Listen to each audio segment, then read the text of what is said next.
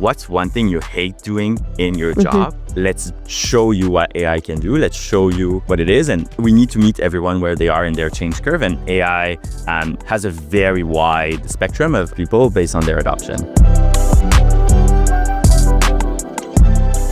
Hello, and welcome to Leading HR Experiments. I'm Valerie Gobeil, Director of Talent Management at Workleap. In this podcast, I sit down with people leaders who have actually tested bold ideas in their organizations, not just talked about them. Each episode dives into the experiments they ran, the impacts they measured, and the lessons they learned. HR sometimes gets labeled as slow to adapt or light on data. We're here to challenge that. What follows isn't just theory. It includes clear steps that you can put into practice, plus an honest look at what works when HR tries something new. Take what's useful, adapt it, and make it your own. Today, on the podcast, we're joined by Davo Lafrenière, VP of HR Strategy and Impact at Plusgrade. In his role, Davo partners with the Chief People Officer, leading a team that shapes the employee experience and drives strategic impact across the organization. His work covers everything from people strategy, business planning, M&A, to total rewards. And he also leads efforts to shape the employee experience and strengthening engagement. With a broad and influential portfolio, Davo brings a unique perspective on how HR can be both a strategic partner and a driver of positive impact. Welcome, Davo. Thank you, Valerie. All right. HR teams often have some aspect of admin or repetitive tasks, from managing data to responding to requests to coordinating programs, leaving less time for the higher impact work that people crave and that really shapes the employee experience. At Plusgrade, you recognize that challenge and ask yourself, how can we leverage AI to give HR more space for strategy and impact? Do you want to tell me a bit more about that and what you were observing at that point? Absolutely. So let's take a step back. About 2 years ago, what we did is ask ourselves, what does HR mean for our organization and for our people team? And so what we did, we actually mapped out all of our HR tasks and kind of where does our team spend time today. We're in a specialized model where we have business partners, we have specialists for computation, for systems, for all the other things. And so in a specialized model, the impact you see on AI can be spread across teams. And so we were thinking of what would lead or what would create the biggest impact for the rest of the team, right? In a specialized model, you have to go and implement tons and tons of solutions. And so allowing us to map all of those tasks was really interesting. And how we mapped that was on on a graph, on a chart, where we've mapped time spent throughout the day and the value add of each task. And so that created a graph where we had a quadrant of high impact activities that our team didn't have the time to spend on, but also like a big area where we had low value add and tasks that take up a lot of time. And so we double click on that. And so that allowed us to really identify what are the specific things that AI could help us do, which then led us to go down the path of trying to automate some of that, which I think we're here to talk about today. Yeah, for sure. And what was the the impetus or the objective with that when you say that was 2 years ago? That's, really early in terms of AI adoption, or I feel like AI wasn't so much in our vocabulary at that time. But what was the objective actually that you were after when you started doing that mapping? Yeah. And our objective was really to increase our team's ability to support the business achieving results. I've always considered myself somebody that is more of a business person than an HR person. So partnering with the HR team to really think about how could we give you, HR team, more time with the business so that you support the business in achieving business results. So whether it's supporting leaders in growing their team, whether it's supporting them in designing their future organization, or whether it's helping unlock talent management, the objective was really to unlock the rest of the business. Got it. And yeah, that was 2 years ago. I think we were a precursor. We were actually a precursor in our organization adopting AI, but it created a ton of really insightful learnings. Mm-hmm. And I'd love if you could share some of those learnings. And I'm curious to know what were the main elements of that quadrant that was maybe, repetitive tasks, but that weren't necessarily bringing the value add? Yeah. Yeah, I can start with that part of the question. Yep. For us, one of the things that we culturally identified is answering employee repetitive question was actually taking a lot of time away from our team. Because not only is it, you have to go look for the answer, you have to look for the policy, you have to look for the specific documents. It's also very distracting. You're doing this in between calls, and so you're shifting your focus. And sometimes you don't have the answer. So what we did is actually implement an AI chatbot, if you will, that then has all of the information that is connected to all of our company policies, and was able to easily give employees the answer. But it also allowed us to integrate some actioning capabilities. So I know a lot of HR leaders will relate to this. Creating a employment verification letter actually takes time, so that tool, but it's super easy, right? Because you're just copy pasting information from your HRIS or system of record or whatever, and so it's an easy task that can be automated. And so we've added capabilities in our chatbot that allows the employee to generate the letter automatically. It sends it to HR for review and signature, and then it's automatically sent to the employee's inbox in a couple of minutes. And so that takes a lot of time back for the business to actually go and do their best work, because it's not only unlocking value for HR, it's unlocking value for employees, managers, and leaders across the organization.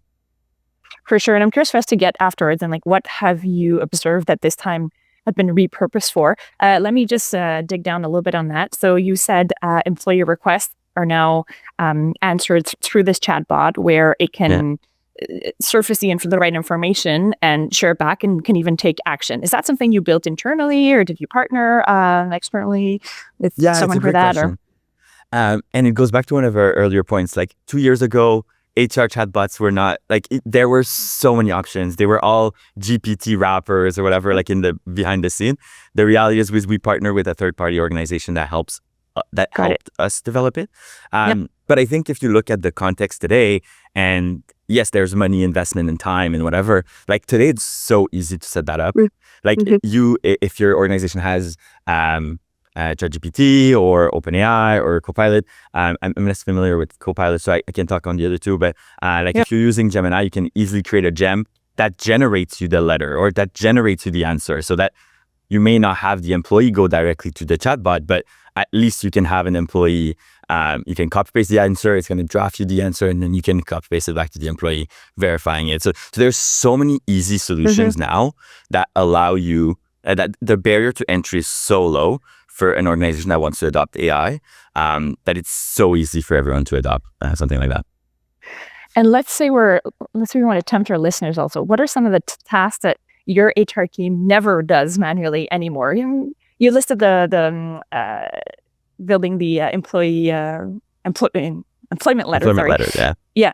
What are some other ones that maybe they're not value add? If we could never do them ever again, that would be wonderful. Just tempt us a little bit. What are some things that your HR team never does anymore manually? Answering for questions, link them to policies, right? That's huge. We of course get answers, but we always train employees to go to the chatbot first. And that's incredibly useful. I think last year we've had something like 10,000 requests. So that's actually insane when you look at the numbers and the size of employees we have. Because there's follow-ups, there's back and forth, and the chatbot is able to do that. And it's actually yes, we've implemented a robust tool to do that, but it's so easy to do today that anyone should be tempted to even try something, because it's actually crazy the amount of time that is saved for our team. Okay, great. We'll go into that measurement after. How was it received by employees? Was there, I know that people have very different reactions to AI, going from, real excitement to a little bit of apprehension. And again, I'm wondering, how was it received? Or were people super excited because they would get an answer a lot quicker? Was there a feeling of losing that human touch, or What were the reactions? Yeah, I think the reaction was mixed, to be honest. I think at the time we did a lot of education and we helped people kind of through that process. One of the transaction or the automation that we do is updating payroll information. It allows you to upload your information, then it gets sent to our payroll system. And so that one specifically was people were asking like, okay, so if I put my banking information in this, does AI now have access to this, right? And so that was a big learning for us because we were thinking it's so easy, I don't want to have, I don't even know what like the payroll deposit number. I don't know what transit number is and whatever. So why don't we have AI do it, right? But that was so interesting to see. And actually in the back end, we've been able to explain that no, it's actually just the AI never receives the information; it just passes it along, or like it tells the payroll system where to go get it, kind of thing. So it's pretty easy on that front. But yeah, we discovered that like. We thought about it as ourselves wanting to automate and reduce our amount of time spent on requests, but there was definitely a little bit of an uncertainty there for sure. Mm-hmm. Yeah, I hear the confidentiality and that the absence of clarity as to where does the information go and does it get stored anywhere can be a bit of a concern. So to be really clear on, is it ever stored? Who can consult that? Who's behind ChatGPT and can read that info? Yeah, exactly. Thanks. And so let's dig a little bit more into some of the measurements. You did say that it's saving some time for your team. Were there metrics that you had set up initially that you wanted to monitor? And what does that look like now in terms of impact? I think we can get a sense for time saved and value add work. But what are some of the elements that you've been measuring and that you could concretely observe? Yeah, we've there's of course metrics of the tools, right? The number of system questions that were asked, the number of processes that have gone through it. But one of the big measure for us was actually reduction in workload for our team. We've had to not replace now 2 roles because of how we've been able to automate in our those transactions and those employee interactions. And that allowed us to use those headcount to add very senior partners in the organization that are actually partnering with the business, developing leaders, and using their time more effectively. So it's effectively allowing us to be more effective as an organization because of how we've been able to use our headcount dollars, let's say. Mm-hmm. So it's a reinvestment of time towards more higher value impact work. That's much better put. Just count on me for framing things. No, I'm kidding. I'm curious. Any other metrics that you're tracking, that you're following? Are people asking less questions, more questions? Is there more alignment because people are getting information more quickly? Curious to dig into that. Is there anything else? Yeah. We've actually looking at the hard metrics like the numbers, the dollars, and then if you look at the other side, I'm not going to call them soft metrics because. I had a conversation the other day with someone that we shouldn't be saying soft and hard scales, soft and hard metrics. So I'm steering away from that. But let's say more of the feelings and the passion. Like we've actually seen an increase in engagement because people are able to get their answers quickly.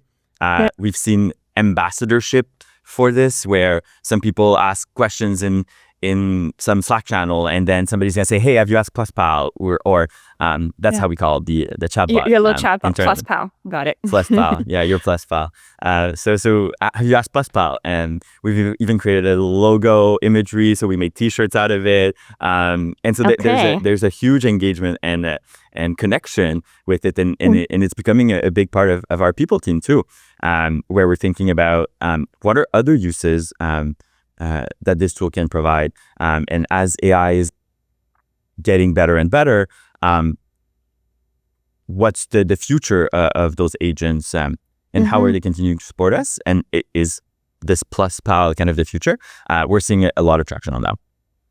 Great. Can you share with us a little sneak peek at what are the next steps that you're exploring with PlusPal?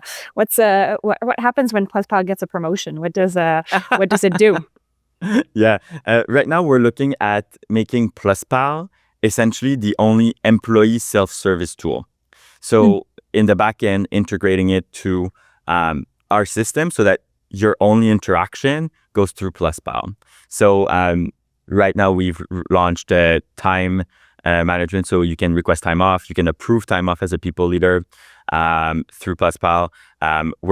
We have a desk booking platform that's also getting integrated, so you can ask PlusPal, hey, I'm going to be in the office on Tuesday, can you book me my usual desk? And it's going to be able to book that.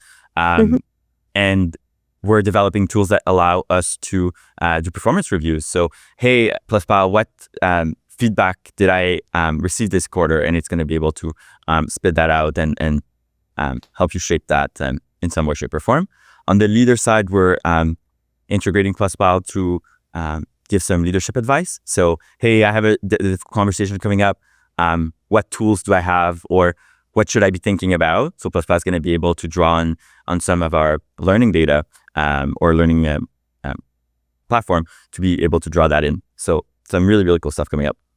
So I can see that PlusPal is being integrated into more and more of your internal systems. I guess it was internal, it was connected to your sort of intranet, or the place where you kept all your policies. But now I can understand that can maybe be connected to where you do performance management, maybe where where the work happens, be it Jira or other spaces. Is that what I'm understanding? Yeah, we're getting there. The backend is a bit more complex, right? Yeah. But I think everyone that wants to use this and is like, oh, wow, that seems really cool, but like I don't have time to build that. There are such easy things that you can do today.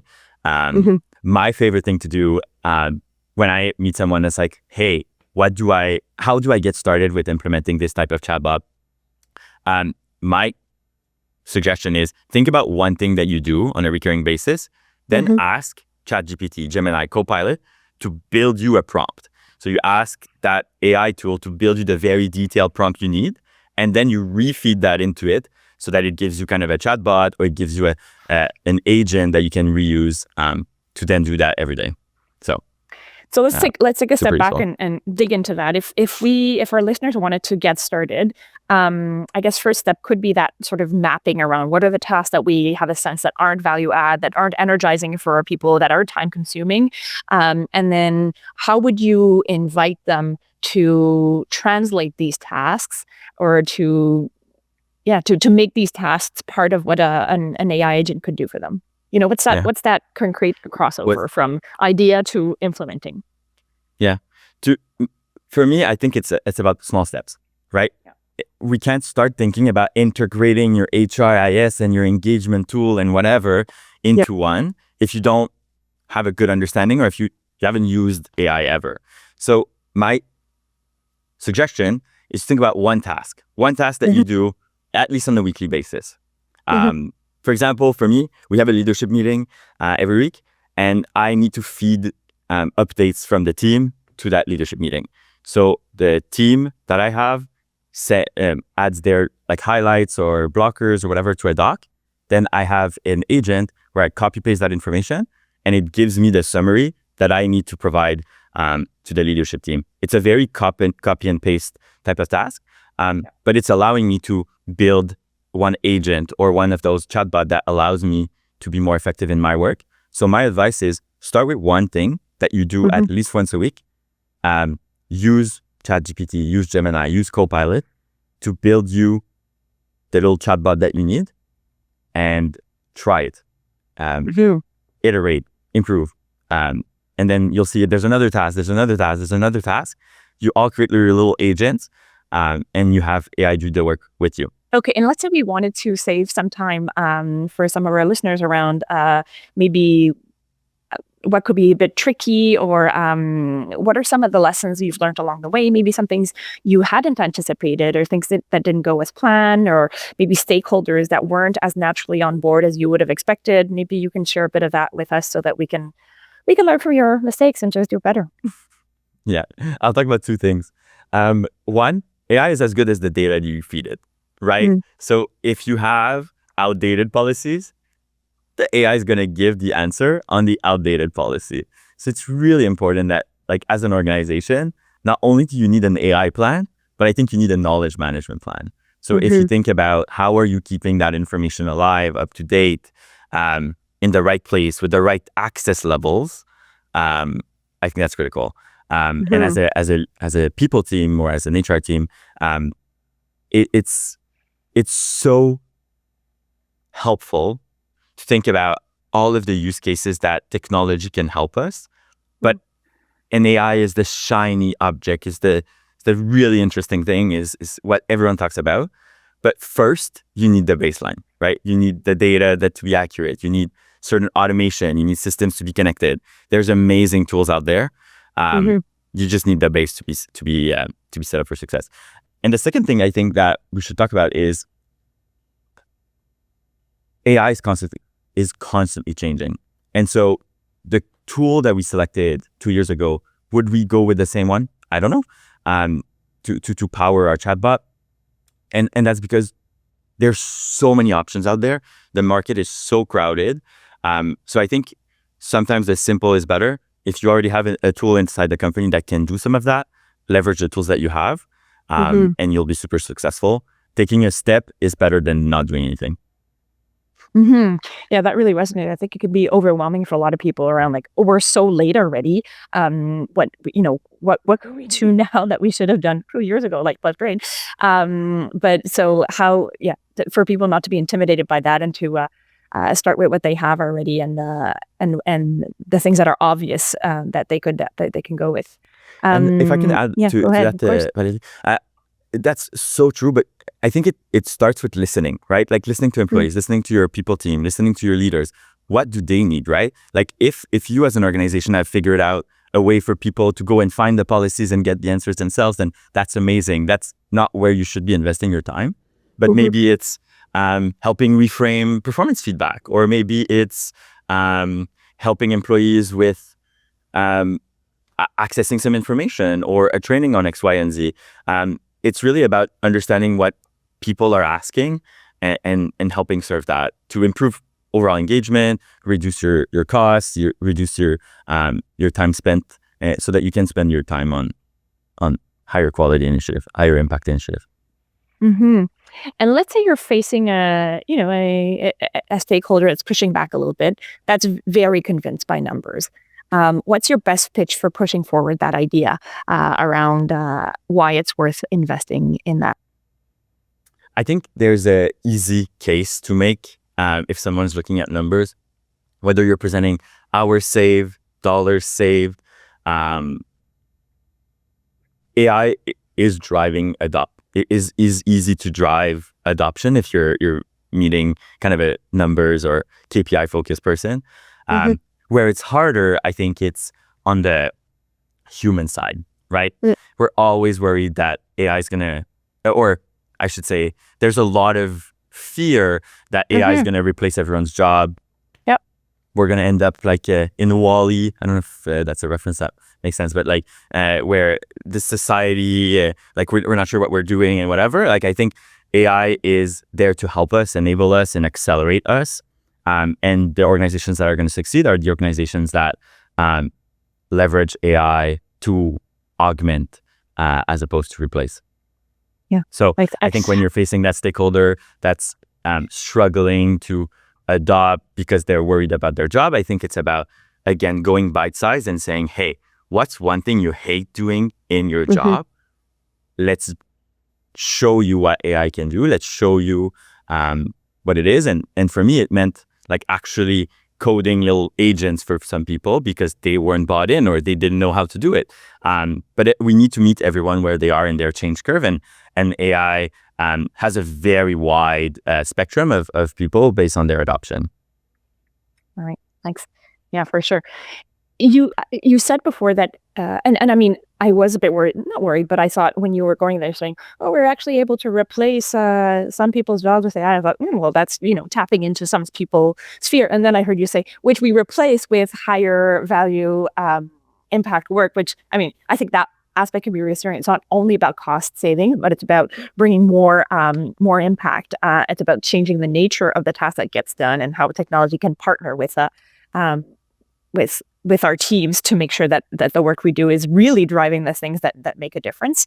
Is that something you can actually, or you have been able to actually measure the amount of increased impact your team is having because of the fact that it's gotten rid of those administrative tasks or those tasks that were more repetitive? Like, is that a way you can measure it? So we the way we've actually looked at this is in seeing how this is the business performing, because we're using that as a proxy for how we're supporting and enabling the business, right? Yeah. As a people team, some will see it as a very administrative or red tape function, but I think Compliance. organizations that are leading are the organization that their people team are actually partners with the business, are actually Absolutely. in the leadership meeting of the functional groups and supporting them from acquiring skills, developing talent, in growing leaders, supporting employee retention. And so that's how we've been measuring it. We've been pegging our KPIs and our targets to, is the business actually performing or outperforming itself, which we've seen great success. Okay. Before we close, let's look ahead. You've already seen the value of AI agents, but AI in general is moving very quickly, and the possibilities are really growing. What are you excited about? What's your next experiment that you're excited to run?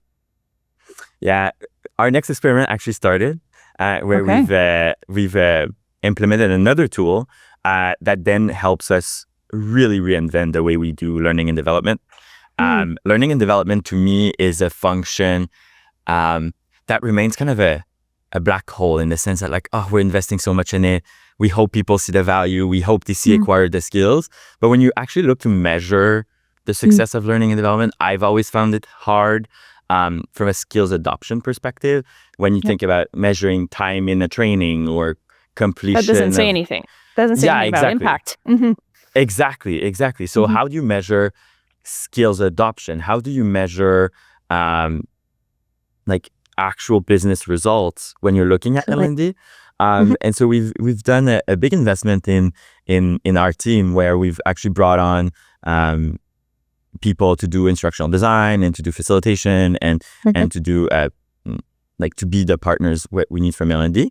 But we've also brought in tools to help support and enable that. So those investments help us kind of generate results and be a more effective business. And we're also investing in coaching, which has been one of those tasks that, like, you wouldn't really want to automate with AI, but that because you have AI supporting the rest and the content development and the facilitation and the bite-sized learning, then you're actually able to be investing in some high quality roles like a coach for us. So you're going to be using AI to facilitate or measure how much skill adoption is happening following some of the upskilling that you're doing. Is that what you're? Yeah, let me rephrase that answer, because I think I went all over the place as usual. That's fine. So one of the investment that I'm actually super excited that we're making, and we've actually started that already, is how we're thinking about learning and development. Learning and development can often be a black box where you're like investing time, efforts, and resources, but like, are you really seeing the ROI? I don't know. We're measuring it with time spent in trainings or completion of this course. I don't think that's an effective way to do it. And so we want to be looking at skills adoption.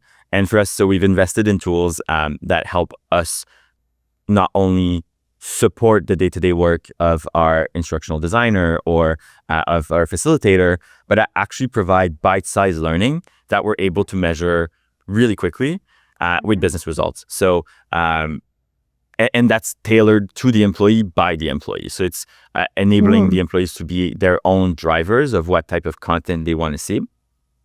At what point in time, and then allowing us to then look at what types of interaction, what type of requests they've had, and has that team been more successful, as opposed to being us pushing information or partnering with leaders, developing content, rolling it out, which has been so far quite insightful and interesting. Good. So I'm hearing that content's going to be delivered at the right time in the right way, and also you'll be able to measure, is it translating into actual skills or behaviors that are changing over time? Is that right? Yeah. Right. And then translating into business results, which I think we need to be thinking about. Absolutely. Definitely. Thank you so much for that. It was really a pleasure to speak with you. We can feel your enthusiasm, and I'm also inspired by how easy it sounds and how you break it down into think about it as just one step that we need to take.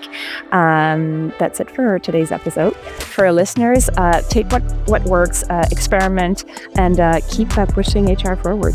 Thank you, Valerie. Thank you.